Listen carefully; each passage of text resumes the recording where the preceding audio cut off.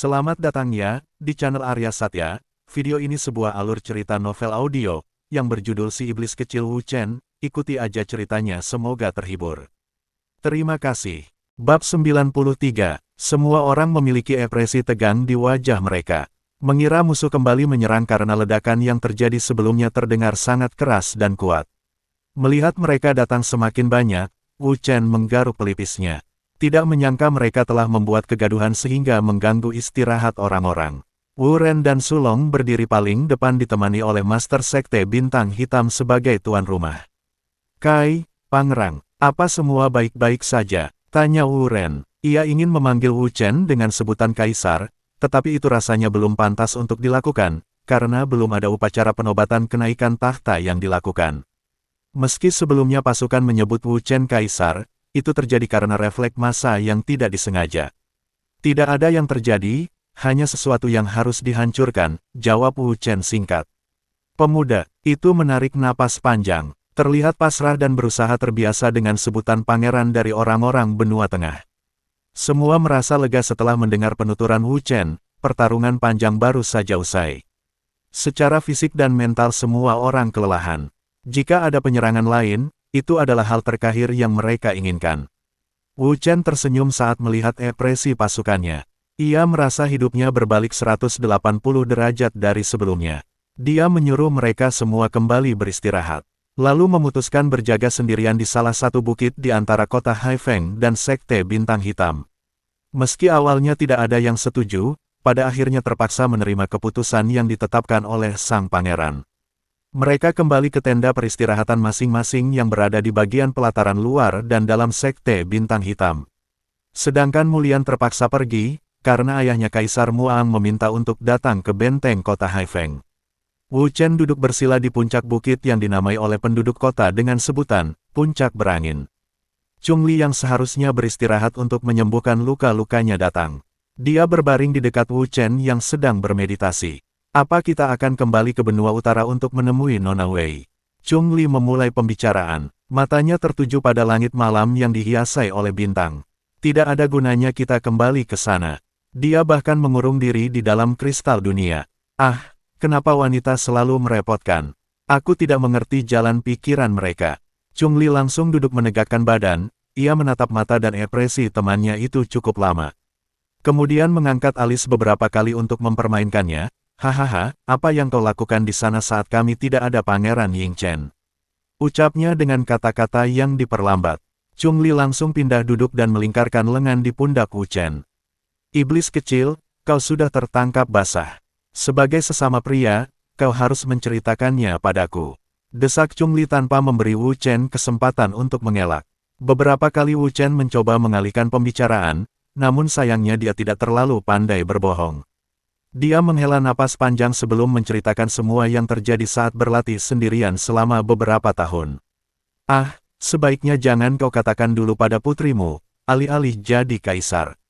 Bisa-bisa kau malah jadi Kasim," ucap Chungli seraya tertawa. Terbahak-bahak, Wu Chen bergidik ngeri saat mendengar perkataan temannya itu. Kemudian ikut tertawa bersamanya. Beberapa hari setelah peperangan, pasukan dari benua tengah kembali ke Pulau Zhou, termasuk anggota keluarga Su dan Wu. Wu Chen memutuskan untuk menyerahkan tampuk pimpinan pada Jenderal Chang San.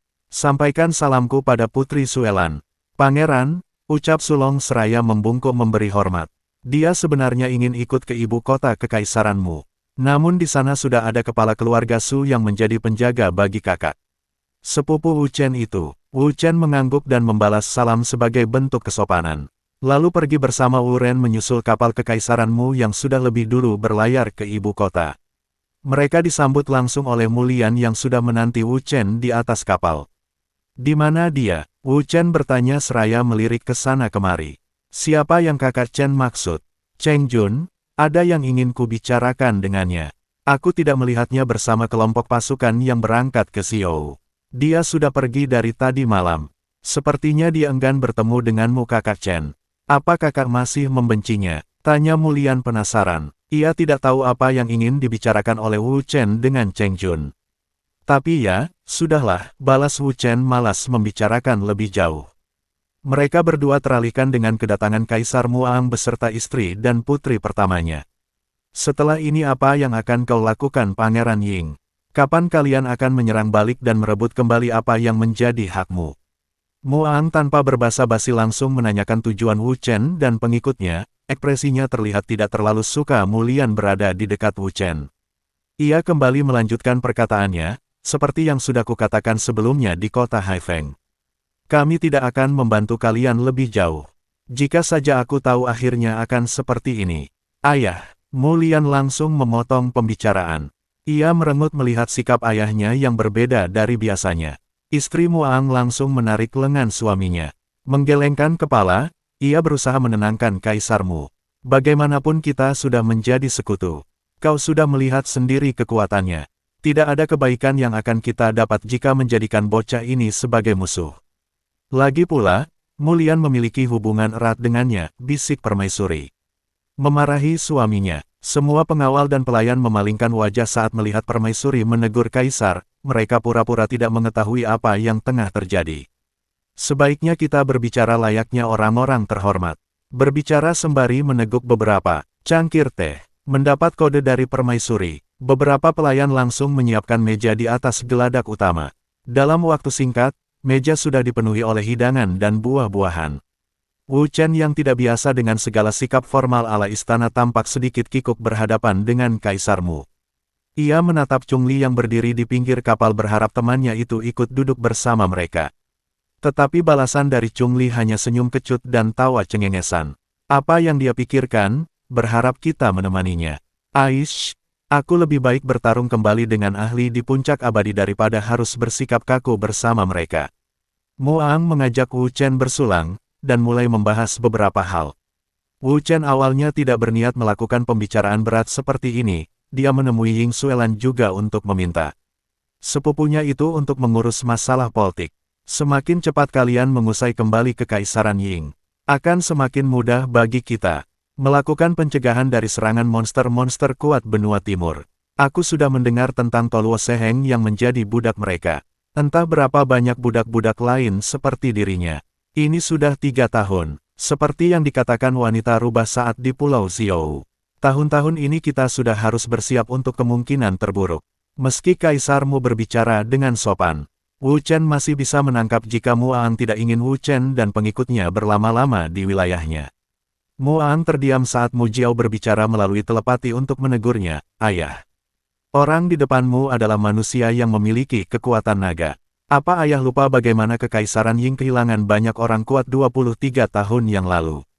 Muang langsung tersadar dari kekeliruannya, ia mendesah pelan lalu berusaha supaya tidak terlalu ketara memperlihatkan ketidaksenangannya. Tidak mungkin ia berani bersikap terlalu keras andai saja Mulian tidak dekat dengan Wu Chen. Dalam pikiran Muang, pemuda di depannya hanyalah mayat yang sedang berjalan. Dia tahu pasti, jika Pangeran Ying sudah mati saat dilahirkan, tidak mungkin berkeliaran di dunia jika WIR tidak memiliki teknik terlarang. Bagaimana mungkin dia akan menyetujui hubungan mereka berdua? Meski saat ini Wu Chen sudah tidak terlihat seperti monster dan memiliki paras yang bisa memikat banyak wanita. Namun masih ada sayap yang tumbuh di punggungnya. Bab 94, Wu Ren memberanikan diri maju dan berdiri di belakang Wu Chen untuk menggantikannya berbicara. Kaisarmu tidak perlu khawatir, kami tidak akan berlama-lama di Pulau Xiao. Setelah keadaan pasukan membaik, mereka akan langsung kembali ke benua tengah untuk merebut kota-kota besar yang masih dikuasai oleh Ying Kong.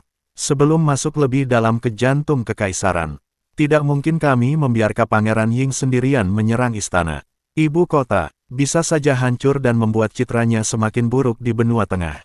Wu Ren mengakhiri penjelasan. Ia juga berterima kasih dan meminta maaf pada Kaisar Muang. Keberadaan mereka di ibu kota yang membuat Ying Kong memerangi kekaisaranmu. Mulian berbicara seraya menatap Wu Chen. Sebenarnya perang ini bukan hanya tentang kalian, itu hanya alasan yang dibuat-buat oleh Ying Kong. Dari awal kekaisaran Ying memang berencana untuk menaklukkan kekaisaranmu dan kekaisaran lain. Jadi paman tidak perlu meminta maaf untuk itu. Wu Chen mengangguk. Ia sudah mendengar semua tujuan dan ambisi Ying Kong dari Jenderal Chang San dan informasi yang didapat dari Zhu Men yang saat ini sudah dibawa untuk ditahan di Pulau Xiao. Pria itu akan dihadapkan pada dua pilihan, dihukum mati atau membantu putra mahkota dengan syarat membuat perjanjian darah. Sama seperti Cheng Jun sebelumnya. Sebenarnya Jenderal Chang San ingin menghukum mati Zhu Men dan jenderal-jenderal lain yang berkomplot mendukung Ying Kong. Namun Kaisar Muang meminta mereka untuk memikirkan ulang hukumannya. Mereka akan sangat dirugikan jika menghukum mati banyak orang kuat. Sedangkan ada ancaman besar yang harus mereka hadapi ke depannya. Akhirnya mereka membuat keputusan, hukuman mati hanya akan dilaksanakan pada mereka yang ikut melakukan kudeta 2 dekade lalu. Keputusan yang akhirnya disetujui oleh Wu Chen sebagai penerus tahta sah Kekaisaran Ying. Itu dia lakukan setelah mendapat banyak masukan dari Wu Ren, Su Long dan juga teman-temannya. Pembicaraan terus mengalir hingga pada hal-hal kecil dan santai. Suasana menjadi sedikit mencair, namun mereka dikejutkan dengan berita dari surat yang dikirim oleh mata-mata yang sebelumnya ditempatkan di benua utara. Apa? Banyak ahli kuat di sana yang tiba-tiba saja menghilang. Kaisar Mu terkejut dengan berita yang dia dengar. Bukan hanya itu Kaisar, bahkan beberapa sekte lenyap dan masih belum diketahui penyebabnya, balas pria yang belum lama datang. Ia masih dalam posisi setengah berlutut menghadap Kaisar. Semua orang saling pandang saat memikirkan masalah tersebut. Berita besar yang sulit dicerna oleh pemikiran mereka. Yang lebih mengejutkan lagi, mereka menuduh Kekaisaran Ying sebagai pelakunya. Mereka mungkin sudah mendapat informasi mengenai ambisi Ying Kong. Meski itu sangat mungkin terjadi, tetapi tidak mungkin pria itu menyerang di 2 tempat sekaligus. Mereka juga tidak mendapat informasi tentang penyerangan di benua utara oleh Kekaisaran Ying. Dari jenderal-jenderal yang berbalik mengikuti Pangeran Ying Chen. Apalagi di dalam surat dijelaskan jika tidak ada penemuan satupun mayat dari semua sekte.